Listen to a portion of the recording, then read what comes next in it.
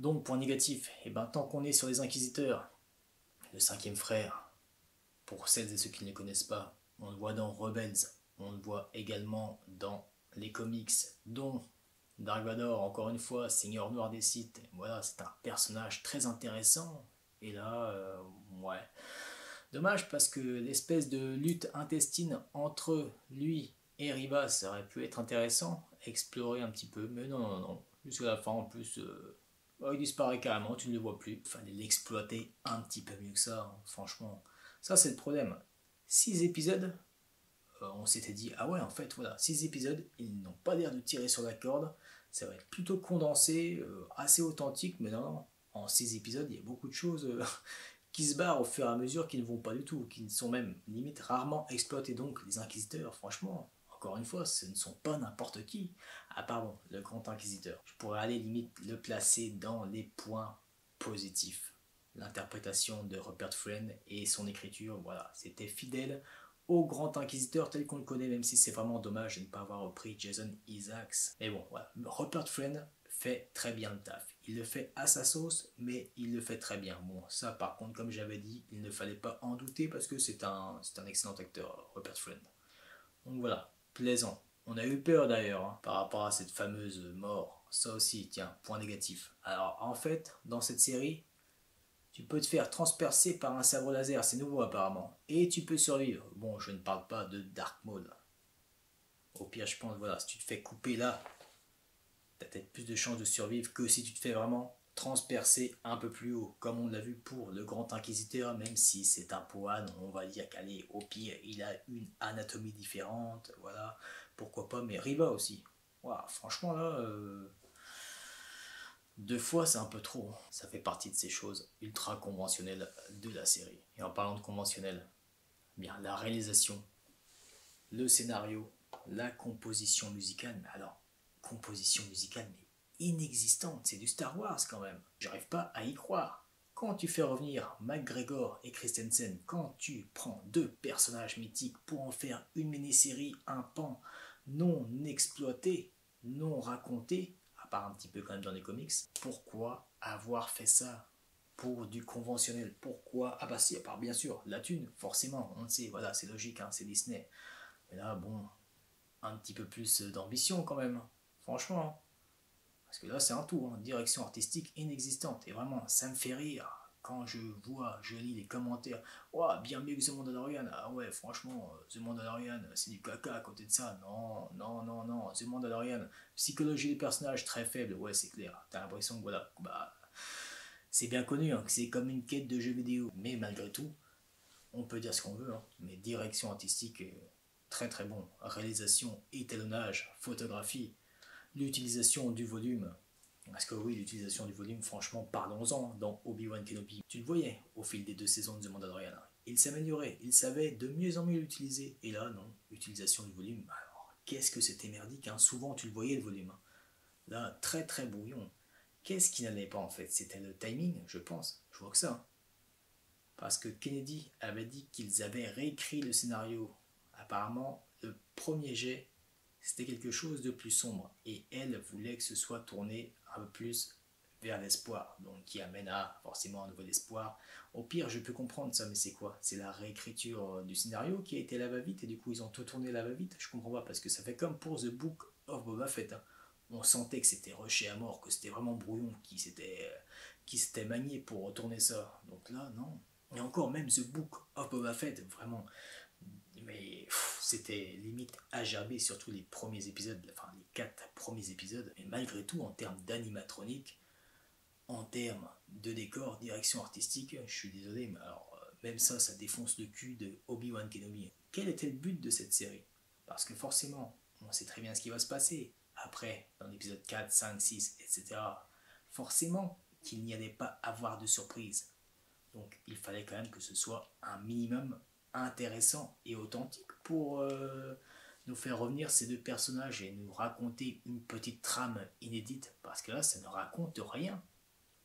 Même la petite surprise qu'il aurait pu avoir, c'est Riva et Riva dès l'épisode 2, comme j'avais dit, et comme certains l'avaient vu aussi, hein, tu le ferais bien, forcément qu'elle allait changer de camp et forcément même que ça se trouve elle voulait peut-être se venger de Vador, enfin dans tous les cas, elle allait retourner sa veste, c'était sûr.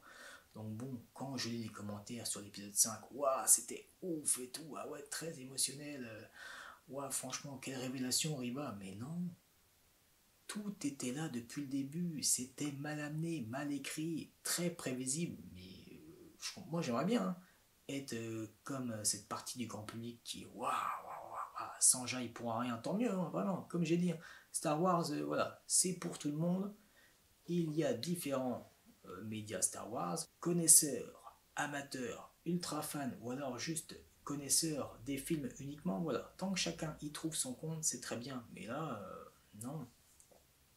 C'est pas ça Star Wars. C'est pas parce qu'on reprend deux persos et deux comédiens donc de la prélogie que ça y est, waouh, c'est trop bien, non, parce que ça, ce serait avec des persos inédits ou les persos de la postlogie, je pense que tout le monde chierait dessus. Franchement, faut le dire. Voilà, même si je ne porte pas du tout la postlogie dans mon cœur, alors vraiment pas, vous savez ce que j'en pense. Bon, malgré tout, en termes de direction artistique, au moins ça tenait la route, faut le dire. Et c'est marrant parce que quand j'avais fait ma vidéo réaction, quand Vador, voilà, stoppe le vaisseau, enfin le ralentit en utilisant la force, je m'étais dit, waouh, je suis sûr que le grand public il va trouver ça badass, il va se dire, waouh, trop fort Vador et tout. Et qu'est-ce que j'ai lu le soir même en commentaire? Et bah c'est ça. Waouh, trop bien, il a utilisé la force sur le vaisseau, trop badass. Waouh, badass. Vous voulez voir Vador badass? C'est très simple. Regardez juste une scène. La scène du couloir de Rogue One. Là, c'est badass. Là, c'est authentique. Là, c'est pas de l'entertainment. Là, il y a quelque chose. Vraiment. Enfin bref, voilà. Si après, eux, ils kiffent, tant mieux. Si après, ça leur donne une hype pour se replonger dans Star Wars et pour découvrir d'autres récits Star Wars, hein, pas forcément que séries, hein, aussi romans et comics, bon, voilà. Si ça les hype, tant mieux. Voilà. On a assez abîmé Star Wars. Voici quand même par contre des fois ce mélange de voilà, montage et réalisation, surtout dans l'épisode 5 où là franchement mais je n'ai rien compris, enfin je n'ai pas compris pourquoi. Quand tu fais une caméra épaule, là vraiment c'était un peu trop checky cam même. Mais quand tu fais une caméra épaule, normalement c'est pour de l'immersion, là c'est très efficace. Après tu n'es pas obligé de faire de l'immersion, mais ça ne sert à rien de faire une caméra épaule pour faire des cuts toutes les 4-5 secondes. Aucun intérêt. Aucun intérêt, surtout comme il y a du checky cam. Ça sert à rien du tout. Je comprends pas Deborah Shaw parce que j'appréciais vraiment sa réa sans que ce soit dingue sur The Mandalorian. C'était bon.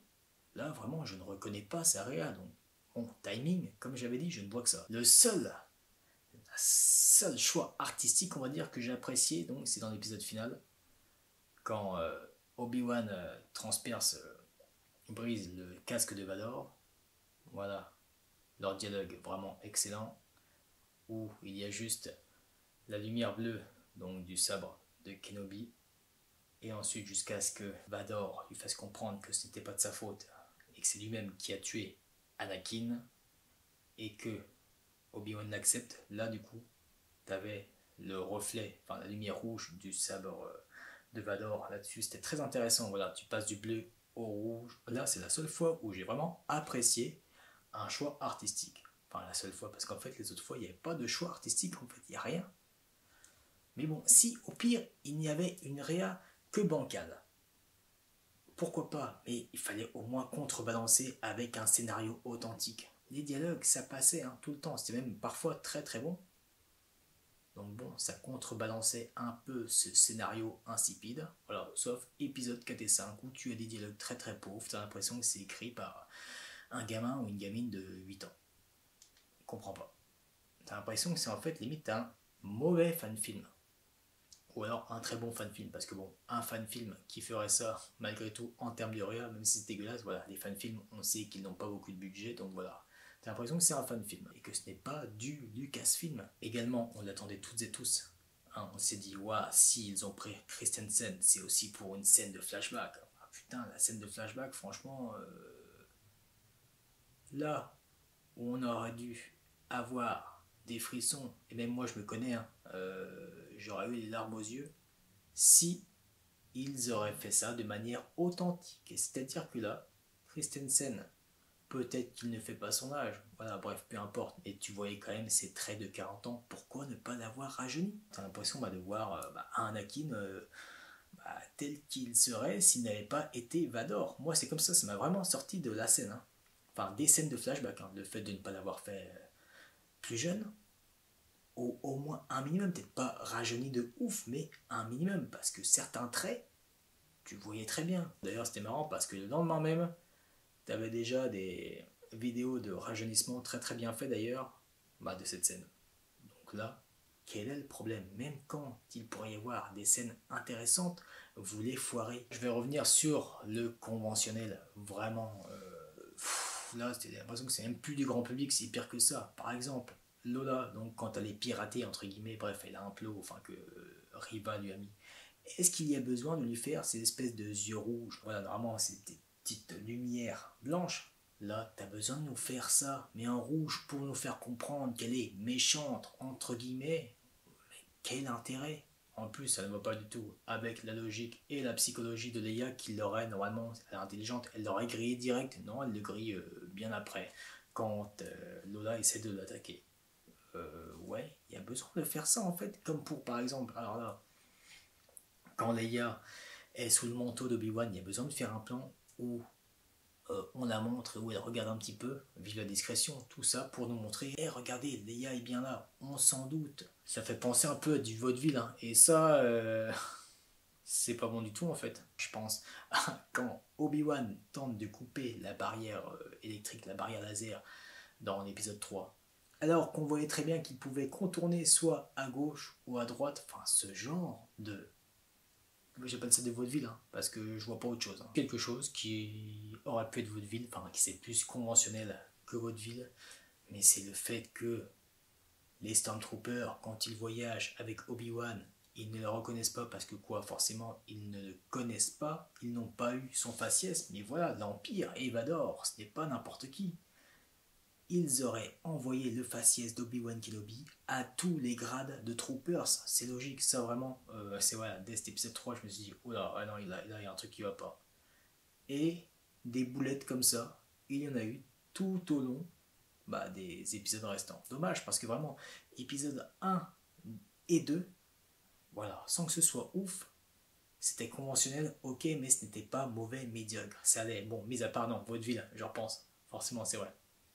La scène de l'épisode 1, la fameuse course-poursuite, tout le monde en avait parlé, donc je ne vais pas revenir dessus. Ouais, c'est vrai que ça, c'était sûrement le plus ridicule. Facilité scénaristique, il y en avait un, surtout dans l'épisode 4 et 5, franchement, l'épisode 4. Et là, on revit une scène d'infiltration que l'on avait déjà vue dans Fallen Order. Très bon jeu vidéo, en tout cas pour l'exploitation du lore et le scénario, sans que ce soit dingue, c'était intéressant et c'était un quasi sans faute. Donc là, le fait de revivre ça en façon plus brouillonne, plus facile, non, ça casse le trip. Au pire, qu'on le fasse un Star Wars conventionnel, pourquoi pas? Ça ne peut pas toujours être authentique et on l'a bien vu. Mais respecter Star Wars. Les personnes comme moi vont se contenter d'autre chose. C'est pour ça que parmi toute ma bibliothèque Star Wars, là pour le petit décor, j'ai pris 2 comics et quelques romans Legend. Je pense que vous êtes au courant, Canon, Legend, au cas où je fais un petit récap pour celles et ceux qui ne connaissent pas. Quand Disney a racheté Lucasfilm, il y avait eu beaucoup de romans et de comics depuis à peu près début des années 90, ce qu'on appelait l'univers étendu. Voilà, c'était vraiment l'univers Star Wars. Donc étendu, ça portait bien son nom.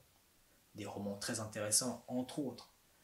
C'est là une trilogie de romans, La Croisade Noire du Jedi Fou, qui était considérée comme des épisodes 7, 8 et 9 à l'époque. Bref, il y avait en tout des centaines et des centaines et des centaines de comics et de romans Star Wars, jusqu'à l'achat de Disney. Et donc Disney, ces enfoirés, ce qu'ils ont fait, tous ces romans et ces comics là, on les décanonise, c'est-à-dire que voilà, ça sort de la trame officielle, ça ne se passe pas dans la vraie timeline Star Wars.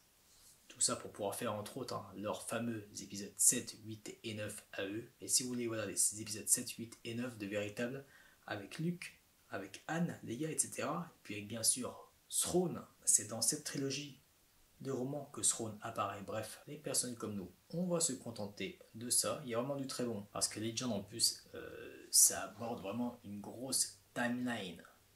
On va dire que le canon Disney officiel, donc, c'est à peu près de moins 200 à plus 38, un truc comme ça. Et Legend, beaucoup plus par contre. Hein. C'est de moins 25 000 à peu près plus 140. Et quand je dis ça, bien sûr, je me base par rapport à la bataille de Yavin. Donc voilà, moi je vais me contenter de ça et puis c'est tout. Bien sûr, je scruterai toutes les autres séries qui vont venir, comme je l'ai dit. Moi je ferai toutes les vidéos réactions et critiques de toutes les séries Star Wars. Sauf si vraiment au bout d'un moment la qualité commence à baisser, vraiment, bon là j'arrêterai. Ou là j'en ferai une de temps en temps. Mais bon, pour l'instant, ce n'est pas à l'ordre de jour. Donc on se retrouvera fin août pour les 2 premiers épisodes de Andor, parce que je crois qu'ils vont diffuser les 2 premiers comme ils ont fait pour Kenobi. Et Andor, il y a 12 épisodes. Donc là, ça va s'étaler sur un peu plus de 3 mois et ça va faire du bien, en tout cas, je l'espère. Même s'il n'y aura peut-être pas une réa, un étalonnage et une photographie aussi authentique que Rogue One. Par contre, l'écriture, si, parce que c'est Tony Gilroy qui chapeaute, qui a écrit la plupart des scénarios. Donc ce même scénariste qui avait déjà œuvré sur Rogue One, entre autres. Je vous laisse regarder ce qu'il a écrit comme scénario. Là, voilà, ça va être un peu plus d'authentique, un peu plus du thriller, espionnage, quelque chose d'assez concret, parce que vu le bonhomme, ce qu'il nous a livré en termes de scénario, de film, il est bon. Je veux revenir à Disney, donc, quand je vous parlais de canon, Legend. Comme je l'avais déjà dit dans une précédente vidéo, pour moi, le meilleur projet Star Wars depuis que Disney est là, c'est La Lumière des Jedi. Bon, j'ai encore d'autres là-bas. Lumière des Jedi, donc c'est un projet cross-média, roman et comics, voilà, qui traite de la Haute République qui se passe à peu près entre moins 130 et moins 200 avant la bataille de Yavin, et c'est très bon. Voilà, ça c'est un très bon projet canon Disney, il faut le dire. Il ne faut pas cracher que sur Disney. Voilà, comme The Mandalorian, même si j'avais dit psychologie très faible, très très très bonne exploration du lore Star Wars. Moi je kiffe vraiment The Mandalorian. D'ailleurs, psychologie de personnage de Din Djarin, là où c'était très intéressant, c'était dans l'épisode 5 de The Book of Boba Fett, qui pour moi, épisode 5 réalisé par Bryce Dallas Howard, reste mon préféré, mon épisode préféré, toute série Star Wars confondue. Elle a une subtilité de réalisation, des propositions artistiques très intéressantes, dont son fameux plan séquence, et là on voyait comment ils ont utilisé le volume, c'était ouf. Bon, en comics par contre, en ce moment, enfin depuis que Disney a racheté Lucasfilm, voilà, comics et romans, faut le dire, bah c'est ce qu'on trouve de mieux. Entre autres, La Lumière des Jedi, mais il n'y a pas que ça. Voilà, c'est là où on trouve les meilleurs auteurs Star Wars. C'est pour ça, prenez des Charles Soule, des Claudia Gray, des Kevin Scott, entre autres, prenez-les pour faire des scénarios de séries et de films Star Wars. Là, en plus, j'ai vu aujourd'hui qu'il y a des rumeurs, comme quoi il pourrait y avoir une série sur Cal Kestis. Bon, ça, ce n'est pas étonnant, parce qu'il y a un peu plus d'1 an, ils avaient fait un concours au Galaxy Edge, donc à Disney World. De temps en temps, ils organisent des concours. En gros, ils te mettent, je crois que c'est 6 sabres laser de 6 personnages différents. Le public doit voter, et comme ça, celui qui a le plus de votes, et ben voilà, ils font vraiment ce sabre laser et tu peux l'acheter. Donc, celui qui avait remporté la palme du dernier ou avant-dernier concours, bah, c'est Cal Kestis. Donc là, je pense qu'ils se sont quand même déjà rendus compte que Cal Kestis est très apprécié des fans. D'ailleurs, je m'attendais à un petit caméo, vraiment, dans Obi-Wan Kenobi. Parce que pour moi, Obi-Wan Kenobi, le thème que j'aurais souhaité, c'est la survie et les traumatismes des Jedi après l'ordre de 66. Comment tu fais pour survivre? Et du coup, avec ce thème vraiment de la survie, ce thème de Jedi survivant, j'aurais souhaité voir apparaître un ou deux Jedi survivants, ne serait-ce que dans une petite scène. Et donc, j'aurais espéré Cal Kestis. Mais bon, dans un sens, tant mieux. Vu la qualité, tant mieux qu'on n'ait pas vu. Donc là, bon, ils vont la lancer, la série sur Cal Kestis. Et c'est logique. Mais si c'est le cas, prenez au pire les auteurs de Fallen Order et de Survivor. Parce que Cal Kestis, ah non, s'il vous plaît. Même Ciri Junda et compagnie, là, faut les respecter, ces persos. Je regarde un petit coup si je n'ai rien oublié dans mes notes. Ouais, non, je pense que j'ai fait le tour. Et si ce n'est pas le cas, au cas où, je pense avoir tout dit déjà dans mes vidéos réactions. Bon, sinon pour nous, on va se retrouver pour quelques critiques comics Star Wars, dont le journal d'Obi-Wan Kenobi et également le comics La Guerre des Étoiles, qui avait été précédemment édité par Delcourt et ça s'intitule en VO The Star Wars. C'est en fait l'adaptation en comics du premier jet de George Lucas. Très intéressant celui-là, je n'ai encore jamais lu, mais j'ai hâte de le découvrir. Donc voilà, il y aura entre autres cette critique de comics. Il y aura 2 autres vidéos Star Wars du Lego. Alors oui, s'il y en a qui ne sont pas trop fans de Star Wars, désolé, il va y en avoir quand même du Star Wars. Hein. Voilà, je pense que là, au fur et à mesure, ça va être 50-60% de la chaîne. Mais il y aura quand même aussi du Batman, entre autres. Je suis en train de réfléchir. Qu'est-ce qu'il va y avoir d'autre? Non, parce qu'après on va arriver à fin août et après ça va être encore du Star Wars pour toutes les vidéos réactions et critiques de Andorre. Mais j'allais oublier encore une fois du Star Wars. Dans à peu près 2 semaines, je vais faire un débrief de la série Obi-Wan Kenobi avec 2 autres personnes. Ça va être intéressant pour moi de faire cette vidéo parce qu'il y aura 3 prismes différents. Je tiens à montrer qu'on peut avoir tous un rapport différent à Star Wars et pourtant ne pas se foutre sur la gueule comme on peut le voir sur les réseaux sociaux, entre autres. Voilà, ça va être justement intéressant et enrichissant. Donc voilà, ce débrief Obi-Wan Kenobi, ce sera dans 2 semaines environ.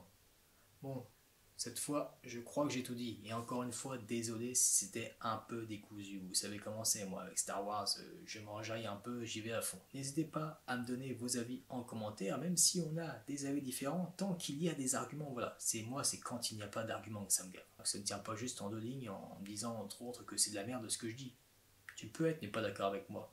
Mais explique-le bien, et surtout, explique ton prisme. Enfin bref, vous me connaissez.